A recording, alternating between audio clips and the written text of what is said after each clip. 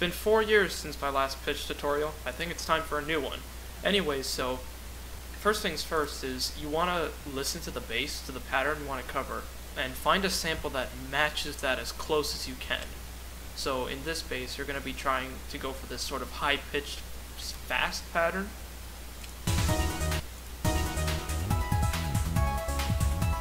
That one. So I already went through all the trouble to find a sample, as it could take quite a bit of time, and we got it right here. The best kind of samples would have little to no background noise, and it should be somewhat even throughout and a bit long. Just doesn't need to be super long. Around this length is fine. You just don't want it to be super short, and you're going to want to cut it so that it's just like a nice tone. You don't want to have any extra stuff to it, so we will cut all this waveform out where it starts to get all garbled. Let's just cut that out. So we have this right here. Then I'm just gonna turn on the ignore event grouping option, copy and paste the sample just so we have the original still here in case we need to change something. And then now that we got our sample, we're gonna right click, apply non-real-time event effects, volume, add, okay, and then make sure to copy down your file name and where you place it, wave, default, render. And then you can use alternative programs, but what I'm going to show today is Melodyne Single Track, the standalone program. So we're just going to go to File, Open, and we're going to open this sample right in Melodyne. So first things first, just hit Control and A, or just select the sample. I like to do Control A because it's faster. Correct pitch, and then slide the top slider all the way to the right. Do not mess with this one, only the top one. Then hit OK.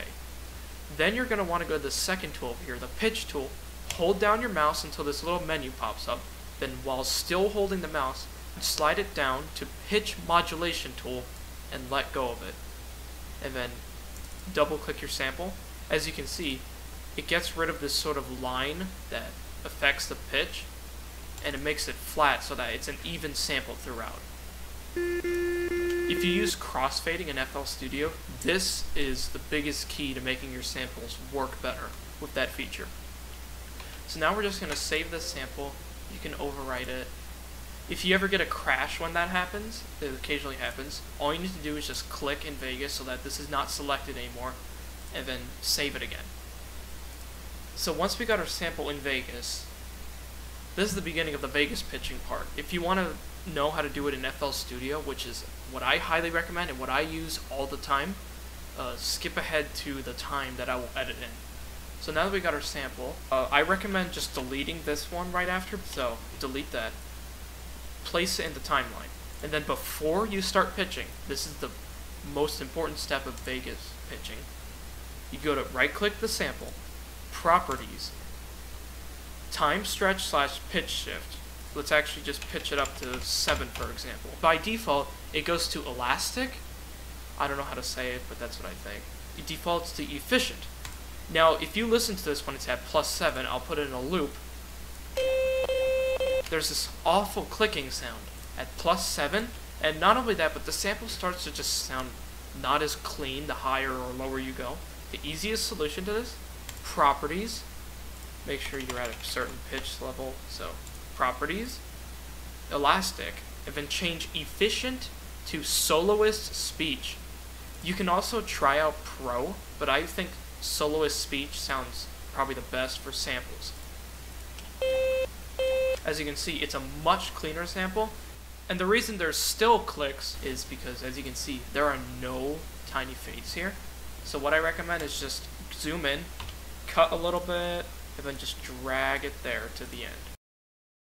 Okay, so just make a really tiny fade on the sample.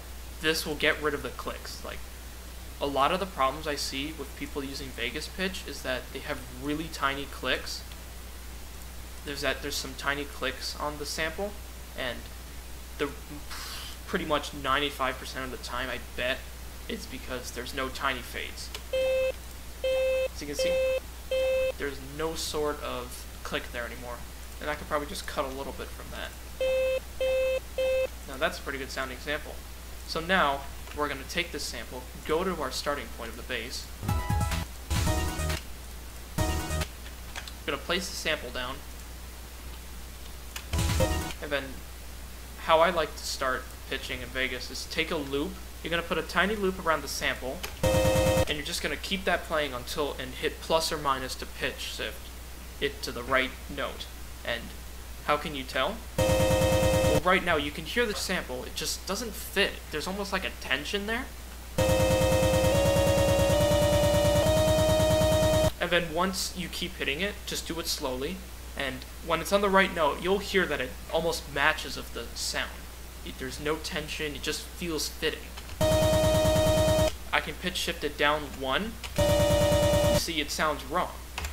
But now it fits, so I'm gonna bring up 1 octave. Just gonna cover the rest of this pattern.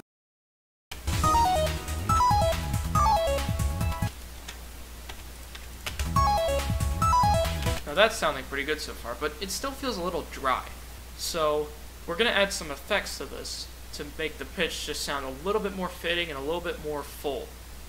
You don't have to apply these, but I recommend it as it can make your samples just sound much better. So first things first, if you're having to deal with background noise in your sample, EQ is the best place to start. So here's the default. I would recommend track EQ. So our sample here doesn't have a lot of background noise, so I wouldn't really need to make any adjustments here, because if you listen to it with the bass, you can barely tell there's even any background noise to it, so I won't even bother with EQ at this point. That's one of my techniques. If there's not a lot of background noise there, why start putting extra effects that are unnecessary, because it could end up making your pitch just not sound as clean. So this one, we'll leave it alone. So I originally included sort of a mini EQ tutorial here, but I decided just to remove it because I'd rather make a more in-depth tutorial about how I use EQ in sampling in general. So the next effect, reverb. I like to use Express Effects reverb just because it has a lot more control than the regular one. It's just my personal preference. So this is the default preset. I recommend changing it to Cavernous Space, although you can try any of the other ones, see which one's the most fitting. This one I think just gives the best reverb sound to it that's not too harsh. And then this will just increase the reverb, just how much of the effect you want. The room size just kind of increases the delay. I wouldn't mess with that too much. The liveliness increases basically the length of how long it lasts, so you don't want to make it way too high, because then it's going to be way too strong of a reverb and it'll just make things sound messy. I would recommend keeping it around here. Yeah, just a relatively light reverb. I think that's a good point. And then the next effect, I wouldn't put this on every single pitch, but maybe some of the main samples or higher stuff, you're going to want to look for simple delay. Now, first things, hit tempo sync delay, multiple delays feedback, and then tempo sync decay. For the first one, you're going to want to change it to dotted eighth note, and then for the second one, dotted quarter note. And then you're going to just only want to adjust this one from now on, unless you'd like to change the timing, which in case you would modify this option. But for the basic delay, this is what you'd want.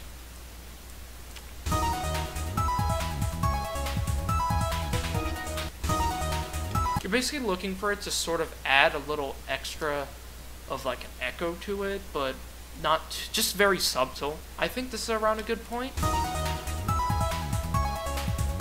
Yeah, I like how that sounds. All of these values I've shown here are just rough estimates. You could adjust them as much as you want. I just recommend to not go super crazy with the effects. It's better to have less of reverb and delay than too much of it. And now, I think that's a pretty good sounding sample. And that's pretty much the basics to making pitch samples in Vegas. If you'd like to do it without Melodyne, I don't really recommend doing that because you don't have the easy fine-tuning. You would just hold down the control key and hit plus or minus as much as it needs until it sounds the closest to the bass. But I recommend using Melodyne. It makes things 10 times faster and easier. And for bass pitch, I recommend just using EQ in Vegas. Now, I don't really do bass pitch and other samples in Vegas because FL Studio can edit samples much nicer and has crossfading, but if you don't have FL Studio, this is probably the next best thing in my opinion. Alright, welcome to the FL Studio part of this pitch tutorial. In this part, I'll be showing how to do samples in FL Studio, crossfading, Melodyne, Vegas, and bass pitch too. So, to start off, we got our sample already, and it's tuned. We did that earlier. So, we're just going to pull up FL Studio. And we're just going to start a new project, 140. We're going to disable the limiter. I highly recommend doing that. I discovered this trick recently, and it makes a huge difference. So, to start off, we're going to take this first channel. We're going to right-click, replace sampler, right at the bottom, right here. We're just going to click that event, click the file, the folder, and then go to our location where the sample is. So we got our sample here. Let's normalize it just to make it a bit louder. And we're going to right-click this little audio here and hit edit. So actually, before we do that, we're going to turn on the crossfade, and what you're looking for is you want this to be as straight and as flat as possible. You want the least amount of curve as possible. It's a bit tricky to do this sometimes, but it's worth it. Oh, I can't... Okay. As you can see, it sounds almost like a very flat sample. I just realized this while editing, but what I mean flat, I do not mean flat in a musical term. You want just the sample to look as consistent throughout. And the flatter you can make it, the better the sample will sound. Because if... We're going to copy this value. If we just have it like this, with such a huge arc, the sample's not going to sound clean, especially when you get go on the higher notes. It just sounds bad. And we're going to put in this value that sounds almost perfect. But as you can hear, there's a click. So we're going to go to right click, we're going to right click that audio, edit, right click again, tools, declick in. That'll get rid of the clicking sound. And if you need to stretch your sample to make it a bit more flat, you go to right-click, Tools, Time Stretch, and then you're just going to want to stretch it a little bit until it sounds flat, and then to cut stuff, you just sort of select the area using the mouse. If you want to reset it, just double-click. Select the area, right-click, and then I just hit this and then cut. It doesn't matter, though, how you do it, as long as it just deletes. We don't need to edit anything here except for the declick in, so we're going to save that sample, copy the new file name, so it'll save as another file, X out of here, then replace in the sampler thing that we just had, go back to here, replace it with the new file, and there's no click. So now we're just going to adjust the pitch. I'm hitting the Q key on my keyboard. That applies to C5. So what we want to do is we want to adjust the pitch so that it matches the same note. There we go. We got the C note there. And if you're using Melodyne and you can't easily identify notes, all you have to do is just count how many notes it is to C. So we're starting, this is at an F right now. 1, 2, 3, 4, 5. We go to FL Studio. 5, we set this to 5, all the way to down or up, depending on which way the C note is, and now it's on the correct pitch. Now, if you want to make the sample sound a bit more like a pluck, this is what you'd edit right here. For just normal samples, I wouldn't adjust too much, just if you want to get a bit of a pluck, I would turn hold all the way down, attack all the way down. Release, I'd usually make it very low. And then to make it more of a pluck, you want to adjust the DEC one. I don't know what it actually stands for.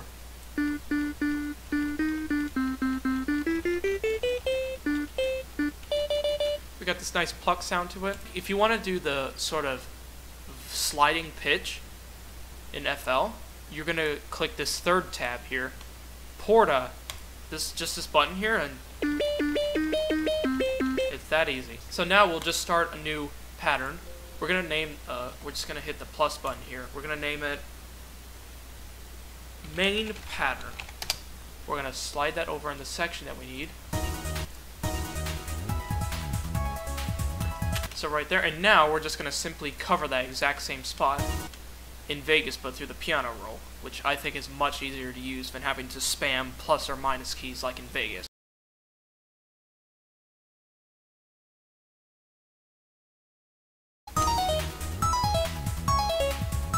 As you can see, it's already a massive improvement than how the Vegas pitching was sounding. Now that we got our sample here, it's time for effects. So to add effects in FL Studio, make sure it's on a specific audio channel. This one is already on 1, so you're good. But if you see something like this, the lines, you're going to just want to click on that and just adjust to the right channel. Make sure it's on its own channel. And the 1, 2, 3, 4 numbers on this are the channels. I really wish my mouse recorded during this. This is where you add plugins on the mixer. If it ever disappears, it's this button right here.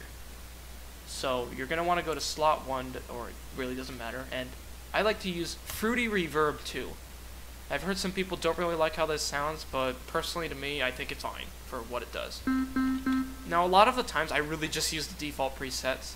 I don't mess too much of this, so the default preset, the drum room, small studio, those are all the 3 presets I like to use. I would avoid the other ones because they're too strong. For just main pitch samples, I think default is fine. You can mess around with some of these settings, but I don't, in particular, ever edit these because it's just not necessary to me. The most important thing, though, Fruity Delay 2. This is what I use on a lot of just main patterns.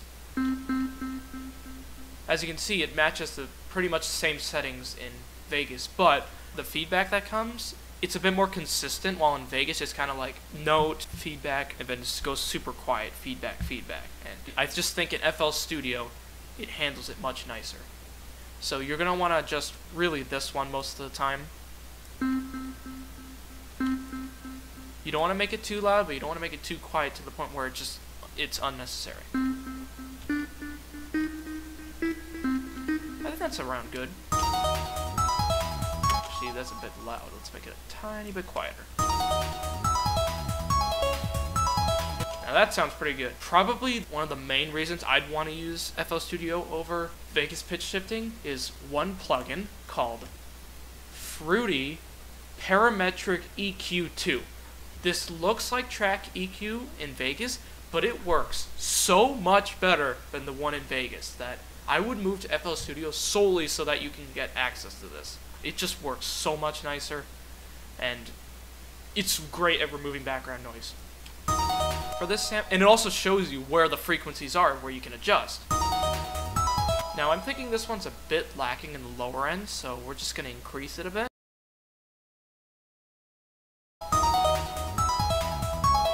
Now it sounds a lot more full. That's how I do normal pitch, and I just think it sounds much better in FL Studio than it does Vegas. And now we'll be moving on to bass pitch, which seems to be troubling quite a number of people. So the biggest key to getting a good bass sample is the sample choice, once again. So the best kind of bass sample has sort of an or sound to it. It already has a deep sound to it, but it needs to be smooth. So I already picked one out here. This probably isn't the best example, but it should work well. So we'll be taking our sample, going through the exact same process as before. So we got our bass sample here. Now, a lot of the times, this sample might end up being a bit short because a lot of people don't say for a really long time. So this is where the stretching really comes in handy. This sample is pretty short, and if we tried to crossfade it, it would not sound clean. So we're going to go to Tools. Don't do the declicking yet. Do that after you stretch. Go to Time Stretch / Pitch Shift, and I just listen to it until I think it's a pretty decent length. You don't want to go too long, just a good length, because the longer you stretch, the more the sample is going to sound not like the original. But if you're going to stretch pitch, either do it in Vegas or do it in FL Studio. Do not do it in Melodyne, because it always makes the sample sound drastically different than the original sample. I think it sounds the best in FL, but the Vegas stretching works fairly well too. If you have FL Studio, stretch your pitches in FL Studio. I think that's a good length, so we're going to accept probably going to want to edit out these bumps at the beginning because you want to get as clean of a sound as you can for bass. That sounds relatively clean overall. We're going to need to add a D-click. Now that sounds like a pretty clean sample. So we're going to save that, plug it back into here, crossfade it. If you didn't notice, this is the knob you turn for crossfading. We're getting quite a lot of the sort of wavy thing I was talking about, but this shouldn't be too big of a deal because it's bass pitch, and the lower you go in the note, the slower the crossfade will be. So in this situation, I would probably choose a much better sample, but this will work fine. We have it tuned, so we'll add bass right now. So the first step of making good bass pitch is the right sampling, but then the effects, that's the second step. That's really important. So we'll just start with a simple pattern here.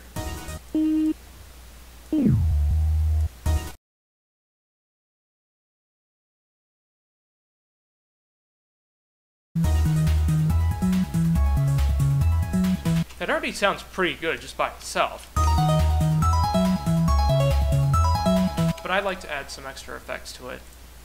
Again, this could probably sound a lot better if a different sample, and I would go ahead and change it, but for the sake of a tutorial, I think this is fine. This is just a rough estimate of what you want to look for. Alright, so effects. You're going to want to just leave it... to do loops in FL Studio, you go to this tool with the sort of square shape, and just click where the numbers are, and just drag it over that. And so now we're going to go to the right channel, 2. We're going to start with EQ. This is one of the most important things to making bass pitch. And you want to start just decreasing all of the highs. So, and then increasing the bass. That sounds pretty good. And what I like to add to bass pitch, just to make it sound more full, reverb. Usually a preset like drum room or small studio. That one's good. And then I would adjust this a little bit just to remove the release, just so that it doesn't have as much of the... I would just reduce the release.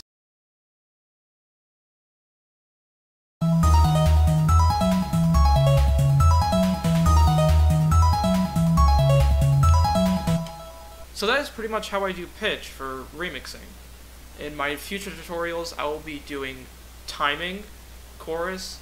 I could probably do a bit on visuals and percussion. That's it for this tutorial. Have fun with your whatever.